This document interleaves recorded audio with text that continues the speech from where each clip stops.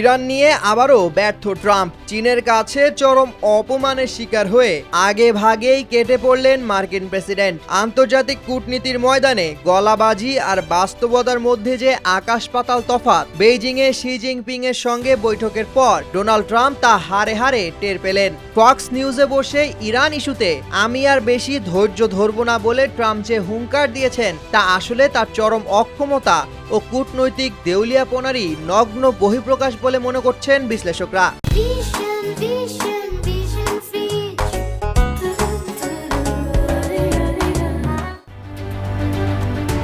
গত ২৮ ফেব্রুয়ারি থেকে যুক্তরাষ্ট্র ও ইসরায়েলি হামলার জবাবে ইরান যখন হরমুজ প্রণালী আক্ষরিক অর্থেই অবরুদ্ধ করে বিশ্ব অর্থনীতিকে খাদের কিনারে ঠেলে দিয়েছে, তখন ট্রাম্প আশা করেছিলেন তার কৌশলগত চীন সফর হয়তো কোনো জাদুর কাঠি হয়ে ধরা দেবে। কিন্তু বাস্তবে বেইজিংয়ের কাছ থেকে কেবল ফাঁকা আশ্বাস আর চরম অপমান ছাড়া কিছুই জোটেনি ট্রাম্পের কপালে।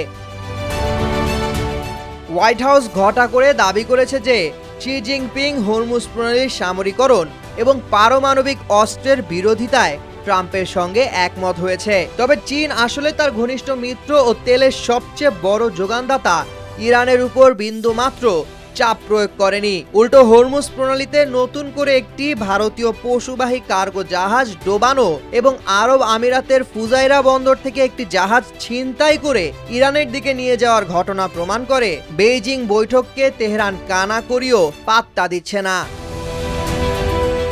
যুক্তরাষ্ট্রের সামনে এখন মধ্যবর্তী নির্বাচন। এই রাজনৈতিক চাপে পড়ে ট্রাম্প যুদ্ধ বন্ধ করতে চীনের সাহায্য চাইতে বেইজিং গিয়েছিলেন, কিন্তু চীন খুব চালাকির সঙ্গে তাদের মিত্র ইরানকে বাঁচিয়ে দিয়েছে। তারা যুক্তরাষ্ট্রকে শুধু বেশি তেল কেনার আশ্বাস দিয়ে খালি হাতেই ফিরিয়ে দিয়েছে।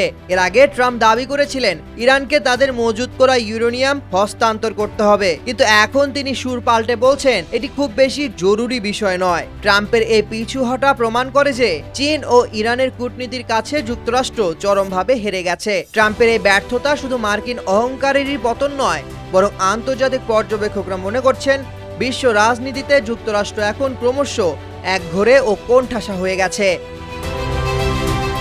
সামিউল জয়, ২১ টেলিভিশন।